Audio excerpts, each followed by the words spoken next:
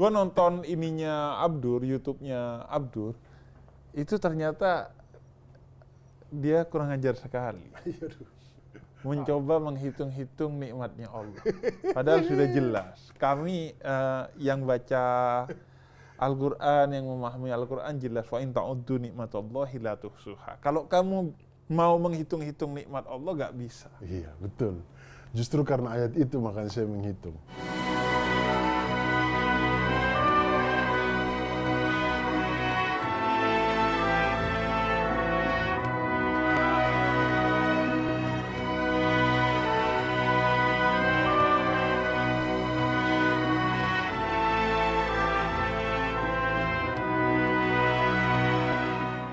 Assalamualaikum warahmatullahi wabarakatuh. Kembali di Cahaya untuk Indonesia bersama saya Husein Ja'far Hadar, dan kali ini saya ditemani oleh seorang dai yang sangat populer. Calon dai insyaallah. Abdur Arsyad. Terima kasih Habib. Apa kabar Habib? Kabar baik, alhamdulillah. Abdur, apa kabar? Alhamdulillah bi khair. Alhamdulillah. Jawabannya udah jawaban Kalau bicara dengan anak-anak UIN kan harus gitu, harus ada Arab-Arab dikit lah. Oh, kirain karena stand up comedy sudah mulai tidak laku, sehingga nyebrang. Bukan, saya mau dari panggung ke mimbar. Mau stand up tapi bahasa Arab. Oh, tapi bener, Dur, dulunya matematika padahal. Matematika? Bukan bahasa Arab kan? Bukan. Tapi saya kuliah di Muhammadiyah Malang. Oh, iya. Jadi teman-teman saya banyak yang tamatan pesantren apa. Jadi kayaknya beberapa nyelip-nyelip dikit kayak toyib. Ijlis. Tafadhol gitu-gitu. Jadi iya. apa tuh artinya? Oh gitu ya, tahu-tahu dikit. Tahu-tahu dikit. Tapi bisa lah jadi modal lah ya. Jadi modal ke Arab kayaknya bahasa Arab tidak semudah itu deh kan? Tidak semudah itu. Iya kan? Kalau dari matematika ke agama kayaknya jauh banget. Tapi kalau dari matematika ke stand up. Jadi dulunya backgroundnya kan matematika. Dan sempat ngajar matematika. Kan udah enak. Tidak enak, saya bilang enak. Lu kan tanpa tanda jasa. Harus bilang pahlawan perlu tanda jasa. harus. Mana ada guru kerja ngajar bayar pakai ikhlas doang. Emang anak suaminya makan kapur apa spidol. Tapi memang guru ini itu dulu. Apalagi kalau honorer ya. Honor termasuk guru honor. Kalau PNS kan sudah agak lumayan lah, ada sertifikasi dan segala macam. Kalau PNS, itu pun sekarang kan, beberapa tahun ini. Maksudnya di zaman saya menjadi guru tuh, sertifikasi sudah ada lah. Iya. Tapi kan saya bukan PNS, saya honorer. Honorer itu 1 jam 6.500. Rupiah? Rupiah. 1 jam pelajaran. Matematika itu kan biasa 3 jam pelajaran. Jadi saya sekali ngajar tuh 3 kali 18.000 lah. Mending syuting dong. Mending syuting. Iya. Jadi pada waktu itu sembari saya lagi ngelanjut di strata 2-nya, saya sambil ngajar. Memang strata 1-nya matematika. S2-nya? Matematika juga. Matematika juga? Iya. Ngincarnya dosen, tidak ngincar guru. Tidak ngincar guru karena saya tahu ibu saya guru, jadi saya tahu banget hidupnya susah. Saya tahu banget hidup susah. Jadi makanya ngincarnya dosen. Walaupun dosen pun susah.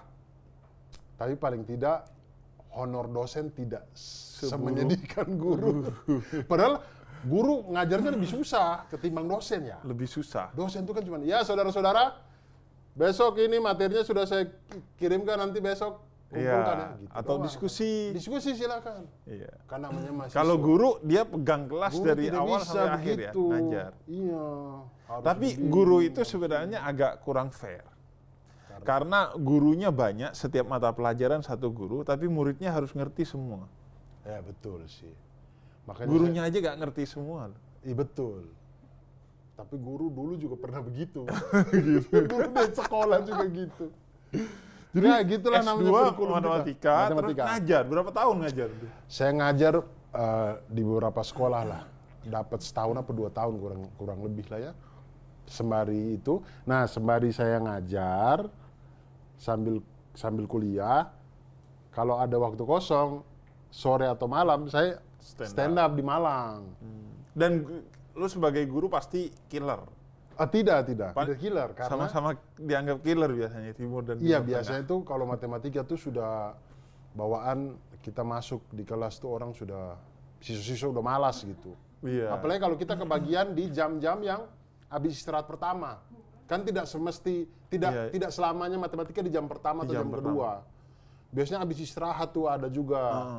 Nah, kita sudah habis istirahat, masuknya di kelas IPS. Nah, itu beban banget itu. IPS masih dapat matematika dasar biasanya. Masih dapat matematika kan mereka dasar. UN-nya pada waktu itu kan belum UN-nya masih ada waktu itu. Belum maksudnya sampai sekarang masih ada tapi kan sekarang sekolah sudah bisa luluskan kan kalau dulu masih tetap negara. Oh iya. Nah, itu zaman saya itu masih tetap negara. Mereka masih ada UN-nya yang matematika. Dan lo dulu IPA? IPA. Waktu SMA. Saya IPS. Iya, saya juga tidak tahu kenapa saya masuk IPA waktu itu ya. Dan matematika tuh. Iya, kuliah waktu kuliah matematika karena kan kalau kuliah kan kita lebih bebas ya, betul, lebih bisa memilih. Kenapa lu pilih matematika? Karena waktu itu orang tua kasih saya 2 pilihan. Karena ujung-ujungnya guru, jadi 2 pilihan. Mau bahasa Inggris atau matematika. Saya bilang daripada saya bahasa Inggris, mending saya matematika gitu. Mending saya matematika, betul. Saya itu lemah banget kalau bahasa-bahasa begitu. Karena begini, tidak ada panduan pasti bahasa itu, bahasa Indonesia maupun bahasa Inggris ya. Iya. Kayak misalkan kalau bahasa Indonesia itu yang kayak menemukan pikiran utama atau yang bahasa Inggris punya yang refer to. Iya. Sentence apa terus refer to. Pilihan A sampai E semuanya hampir sama. Iya. Rumus apa yang kita pakai untuk kita tahu kayak menentukan sebutkan pokok pikiran utama dari paragraf di atas. Apa pikiran utamanya? A sampai E sama. Iya. Kalau matematika kan jelas. Iya. 2 pilihannya panjang berapa? 2 cm, 3 cm, 4 cm, 5 cm. Jelas pasti salah satu itu. Ilmu pasti. Iya, tidak mungkin sisi itu 3 cm dan 2 cm, nggak mungkin. Pasti lah gitu. Iya. Nah, kalau tapi ada kelemahannya tuh. bahasa Indonesia sulit saya. Karena dia ilmu pasti, maka dia menghadapi dunia yang penuh ketidakpastian, dia sering gagu. Termasuk juga ketika dia belajar agama. Nah, ketika belajar agama, orang eksak itu, dia kan biasanya menghendaki kepastian. Sedangkan agama itu kan turun dari sesuatu yang maha tak terbatas ke manusia yang terbatas. Sehingga pasti setiap manusia tidak bisa mutlak memahami kebenaran itu sendiri. Pasti dia, kata Jalaluddin Rumi, kebenaran itu seperti cermin yang jatuh ke muka bumi, kemudian berpecah dan terserak. Setiap orang ya pegang kebenaran masing-masing, yang kalau ingin mencapai ridho Allah ya harus saling menggabungkan potongan-potongan cermin itu. Nah, agama itu kan tafsiran akhirnya, soal penafsiran. Al-Quran itu suci, tapi penafsiran manusia atas Al-Quran itu gak pasti dan gak suci. Dia relatif. Makanya saya bersyukur sih walaupun saya susah payah di matematika, kuliah dan segala macam, tapi saya merasa bahwa gara-gara saya kuliah matematika itu kayaknya pikiran saya agak cukup runut ketika melihat sesuatu gitu. Iya, koheren gitu ya, nyambung, nggak lompat-lompat. Iya. Kan? Dan gue nonton ininya Abdur, YouTube-nya Abdur, itu ternyata dia kurang ajar sekali. Mencoba menghitung-hitung nikmatnya Allah. Padahal sudah jelas. Kami yang baca Al-Quran, yang memahami Al-Quran jelas. Wa in ta'uddu nikmatallahi la tuhsuha. Kalau kamu mau menghitung-hitung nikmat Allah gak bisa. Iya, betul. Justru karena ayat itu makanya saya menghitung. Karena saya berpikir bahwa Allah tuh kasih tahu bilang, kalian kalau mau coba hitung nikmat saya nggak mungkin. nggak mungkin sanggup. Iya, udah Allah yang bilang Iya, ngapain nanti Allah yang bilang hitung. pasti itu pasti. Terus mau pasti nyoba. nggak mungkin. Makanya saya pikir coba kita buktikan secara ilmiah gitu. Coba dengan ilmu saya yang cuma setitik dibanding lautan luas ini, cuma setetes air di lautan itu, saya cobalah Menghitung. Coba. Dan akhirnya Saya menghitung dan saya menemukan alasan logisnya kenapa kita tidak pernah bisa. Satu manusia ini di dunia ini tidak ada yang pernah bisa menghitung nikmat Allah itu karena orang matematika itu tidak pernah tahu bilangan apa di balik tak hingga.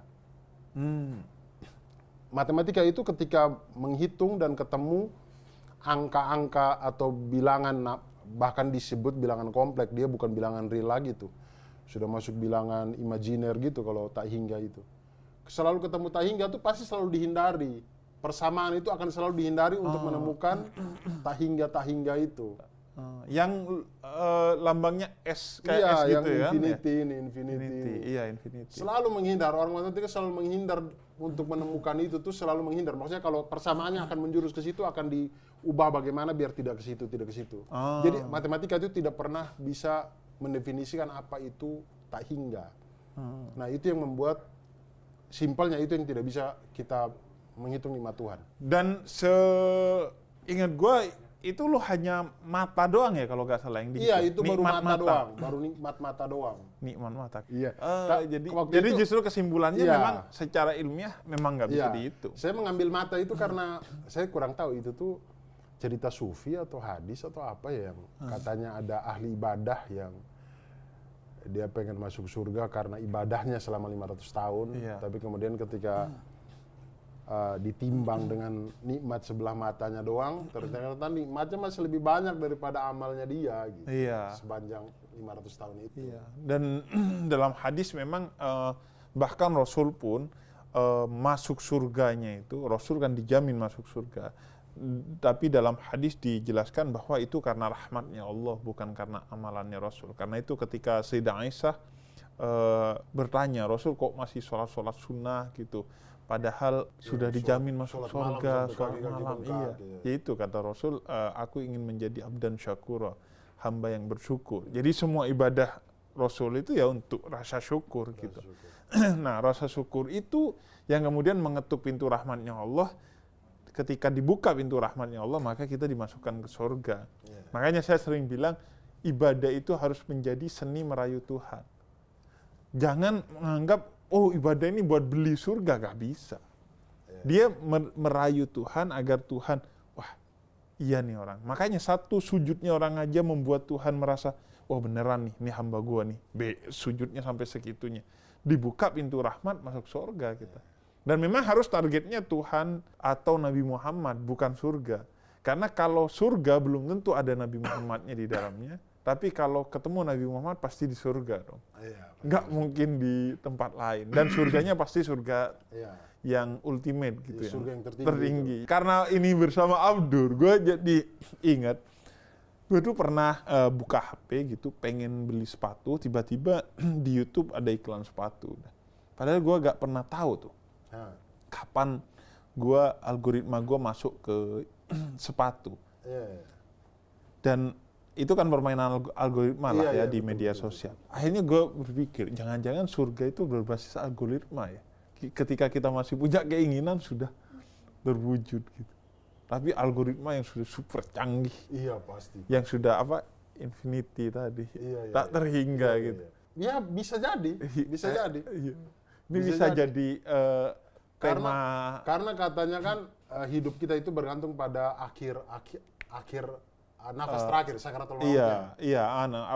Husnul khotimah atau su'ul khotimah. Nah, tapi orang mau dapat husnul khotimah ini bergantung amalan selama dia hidup kan. Mungkin amalan selama kalau dia ngomong surga terus, mungkin algoritma itu kebentuk sampai di akhirnya husnul gitu. Mungkin saja. Gitu.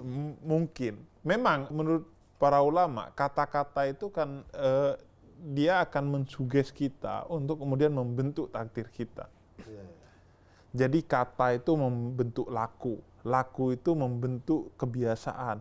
Kebiasaan itu yang membentuk nasib itu yang menciptakan takdir akhirnya.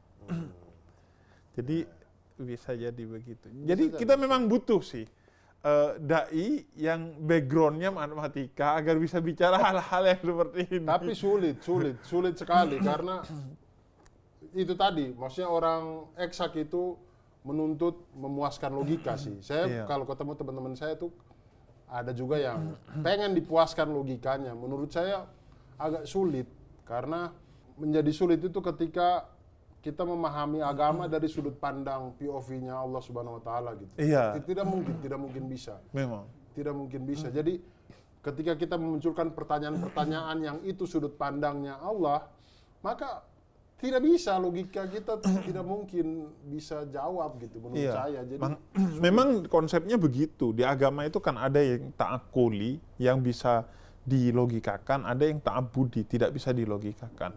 Dan puncak agama sebenarnya yang dita'abudi ini. Karena kalau semua bagian dari agama itu bisa dilogikakan, maka kemungkinan manusia akan menyekutukan Tuhan dengan logikanya. Dia akan menurut sebenarnya kepada logikanya, bukan kepada Tuhan itu sendiri akhirnya. Makanya puncak ketaatan kita adalah ketika kita disuruh melakukan sesuatu yang nggak logis, tapi kita tetap melakukannya. Betul. Seperti Nabi Ibrahim alaihissalam. Nah, suruh nyembelih. Saya kalau disuruh, tiba-tiba malaikat Jibril alaihissalam datang suruh, ya Abdur, potong anakmu. Aduh. Iya, maksudnya karena itulah makanya kita tidak jadi nabi. Itulah kenapa kita tidak jadi nabi. Dan sebelum motong pasti didatengin Komnas HAM, polisi. Betul. Itulah kenapa kita tidak jadi nabi. Maksudnya ketaatan Nabi Ibrahim alaihissalam itu jauh abul anbiya, luar biasa. Nah, dan ini Abdur, kalau tahun ini selama 30 hari gua nonton YouTube lo, itu bicara tentang hadis-hadis Nabi ya, kebiasaan Nabi. Ya, dari bukunya Bapak Muhammad Ali Kutub, itu tentang, bukunya judulnya 50 Nasihat Rasulullah SAW untuk generasi muda. Ini tahun kedua, Bib. Tahun pertama itu saya bikin 30 tokoh jahiliyah. Kenapa tokoh jahiliyah? Kenapa gak tokoh Islam gitu? Nah, karena pada waktu itu, saya waktu mau coba membuat konten tentang Sirah Nabawiyah, saya itu kebentur dengan di 2 tahun lalu ya, jadi puasa tahun ini, 2 tahun lalu, lagi panas-panasnya isu stand up komedian dengan isu agama gitu. Jadi kalau saya tiba-tiba muncul bawa materi-materi yang begitu, pasti dihujat orang. Jadi yang sebaliknya. Iya, makanya saya cari apa konten yang kalau saya bercandain, orang nggak mungkin marah gitu. Makanya saya bilang, tokoh jahiliyah sih. Karena di dalamnya ada canda-candanya. Tidak ada candanya. Sirah Nabawiyah tidak ada candanya. Cuman si tokoh-tokoh jahiliyah, cerita tokoh-tokoh jahiliyah yang ada dalam Sirah Nabawiyah ini, saya ceritakan. Toh kalaupun ada punchline nyeleneh agak dikit-dikit di tokohnya, tidak masalah kan, dia tokoh jahiliyah tokoh juga. Jahiliyah. Gitu. Siapa mau bela gitu kan. Kalau saya bercandain sahabat tidak mungkin. Pasti orang ini marah. Makanya itu jadilah 30 tokoh jahiliyah saya bikin. Terus tahun ini kemarin Ramadan 30 hari 30 nasihat Rasulullah SAW. 30 nasihat Rasulullah. Saya ambil dari buku Bapak Muhammad Ali Kutub yang judulnya 50 nasihat Rasulullah SAW untuk generasi muda. Kalau yang tokoh jahiliyah bukunya dari mana? Buku Sirah Nabawiyah Syekh Safiur Rahman Al-Mubarakfuri. Memang satu persatu tokoh-tokoh jahiliyah. Tidak ada, itu ceritanya Rasulullah SAW kan, dari lahir sampai meninggal kan. Lu satu persatu ambil, iya, di setiap cerita gitu. itu kan ada aja Rasulullah ketemu Utbah bin Rabi'ah misalkan. Terus saya ikutin nih Utbah bin Rabi'ah nih, meninggal di sini, dia ternyata dimakan singa di Syam gitu. Dan saya tulis Utbah bin ini Rabi'ah. banyak nggak menurut lu Muslim yang tingkahnya kayak jahiliyah itu? Banyak. Saya setelah membaca Sirah Nabawiyah itu, kemudian saya merasa bahwa perilaku tokoh-tokoh jahiliyah di zaman itu, maupun tokoh-tokoh munafik di zaman itu, orangnya mati tapi sifatnya tidak gitu. Berulang sebenarnya. Kalau kita mau melihat, makanya saya waktu baca itu tuh, 30 tokoh jahiliyah itu saya sangat suka membuat itu karena saya bisa introspeksi diri gitu. Contohnya apa, Dur? Misal kayak Abdullah bin Ubay bin Salul misalkan, tokoh munafiknya yang di Madinah ini. Wah itu tuh Rasulullah SAW sendiri itu agak sulit itu untuk menghadapi dia ya. Maksudnya ya, pasti Rasulullah SAW punya lah, maksudnya malaikat Jibril pasti kasih tahu lah, pasti kasih tahu dia ini begini. Tapi kan tidak menghukumi bisa dari zahir kita kan. Iya, tapi tidak bisa serta-merta Rasulullah SAW menuduh dia atau apa gitu kan. Jadi orang munafik. Menghadapi orang munafik itu susahnya minta ampun. Selevel Rasulullah SAW Dan aja sekarang luar biasa. Banyak itu masih jalan Iya. menafikan itu. Nah, masalahnya adalah ayat sudah tidak turun nih. Tidak ada lagi orang yang bisa menentukan Ini munafik atau fulan ini munafik, fulana ini tidak, fulan ini tidak munafik. Siapa Iya. gitu. Jadi orang munafik. Menghadapi orang munafik itu susahnya minta ampun. Selevel Rasulullah SAW Dan aja sekarang luar biasa. banyak itu masih jalan Iya. menafikan itu. Nah, masalahnya adalah ayat sudah tidak turun nih. Tidak ada lagi orang yang bisa menentukan Ini munafik atau fulan ini munafik, fulana ini tidak, fulan ini tidak munafik. Siapa Iya. gitu. Kan kita cuma bisa lihat, oh mulutnya syahadat, ya sudah. Iya. Mana kita tahu isi hatinya, kita Iya, tidak dan tahu. kita memang dituntut oleh Rasul untuk menghukumi orang dari luarnya.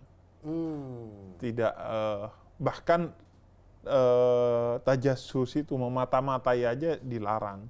Oh gitu. Kita menghukumi hanya dari luarnya saja. Ah. Nah, dari sana Dur, kemudian banyak orang yang menilai Abdur ini hijrah sekarang. Walaupun saya tidak yakin dari obrolan penampilannya. Nah, kalau lo nanggep ini nih, orang yang menganggap wah Abdur sudah hijrah gitu. Saya tidak tahu, maksudnya kalau hijrahnya Rasulullah, kalau berkaca pada Rasulullah SAW dari Mekah ke Madinah, maksudnya dari tempat yang diganggu-ganggu kemudian ke tempat yang lebih bagus dan segala macam. Islam lebih menyebar dan segala macam. Kalau saya merasa bahwa saya tidak berpindah dari satu Abdur ke Abdur yang lain juga tidak. Karena kami stand up comedian itu terbiasa menulis materi dengan berdasarkan keresahan, kejujuran yang ada. Maka dari panggung ke panggung, semakin banyak tulis materi, kita tuh seperti menguliti diri sendiri gitu. Iya. Sampai di satu titik mungkin kita tuh sudah transparan aja di atas panggung. Karena penonton udah tahu, oh Abdur tuh begini. Karena materi yang kita buat tidak kita mengada-ada gitu. Iya. Saya kesal tentang ini, saya bikin. Jadi Dan akhirnya, itu semua rata-rata kejelekan kita. iya. Kan materi-materi itu kan. Iya, kadang saya tidak suka begini. Akhirnya suatu saat tuh orang akan melihat kita secara telanjang gitu, kayak Abdur tuh oh, ternyata orangnya begini. Nah, mungkin karena berdasarkan dari itu, ketika saya membuat konten-konten agama ini mungkin adalah salah satu kulit saya yang mungkin belum kelihatan di waktu yang awal gitu. Makin ke sini kemudian kebuka dikit kelihatan gitu. Iya. Jadi maksudnya karena basicnya bukan basic juga sih, maksudnya karena dulu saya kuliah di Muhammadiyah Malang, kemudian sering ikut kajian di kampus dan segala macam, jadi saya rindu suasana itu gitu, suasana. Dan kalau kita membaca sesuatu dengan niat ingin mengajarkan gitu, ketanamnya lebih lama. Iya, benar. Iya, jadi ketika saya baca Sirah Nabawiyah dengan niat bahwa bikin konten gitu, menjelaskan tokoh-tokoh. Jadi tokoh-tokohnya itu saya catat betul. Lebih teliti. Saya catat ulang, lihat. Dan gitu. setelah diceritakan biasanya jauh lebih nempel di kepala kita. Iya, sama gitu. kayak materi presentasi kita di kampus. Betul. Biasanya kita akan sangat menguasai materi yang kita presentasi di depan. Iya. Karena ketika dipresentasikan tuh biasanya lebih matang dan lebih lebih melekat di kita. Iya. Gitu. Oke, jadi ya itulah ya. Itulah. Enggak, karena hijrah itu kan setiap orang akhirnya punya konotasinya masing-masing. Iya. Lu nggak mau kemudian dihukumi sesuai dengan konotasi orang yang random banget kan. Setiap orang pasti punya makna betul. sendiri tentang hijrah Iya. itu. Mungkin karena saya juga tidak merasa saya berubah yang betul-betul dari A ke B gitu, tidak juga, masih sama aja, cuman lebih ke hal-hal yang dulu tidak saya tampakkan gitu. Oke.